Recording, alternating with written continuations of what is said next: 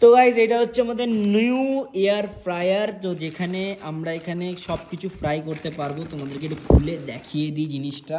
তো আমি এখন রাখবো এটা সোফাতে, ঠিক আছে। এটা প্যাক করা আছে, হ্যাঁ খুলেই দেখাচ্ছি। মেবি এটা 1 থেকে 2বার ইউজ হয়েছে, ঠিক আছে। আমি এখনও এটার মধ্যে কিছু রান্না করে খাওয়া হয়নি। এই রান্না ওই মোটামুটি স্ন্যাক্স টাইপেরই জিনিস হয়, তোমরাও চাইলে কিনতে পারো, খুবই অ্যাফোর্ডেবল আছে এটা। আর অনেক কম প্রাইসেই আমরা পেয়েছি, অনেক কম প্রাইসে।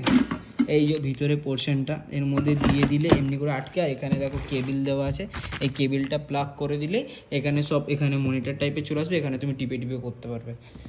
এই জিনিসটা অনেকই ভালো, মানুষের টাইম বাঁচায়, ইলেকট্রিসিটি দিয়ে হয়ে যায় এটা। তোমরাও চাইলে কিনতে পারো, এটা খুব ভালোই আছে এটা। তো গাইস চলো দেখা হচ্ছে নেক্সট ভিডিওতে। এটাই ছিল এয়ার ফ্রায়ারের কাহিনী, যেটাকে আমি ফায়ার বলছিলাম একটু আগে, এয়ার ফ্রাই না।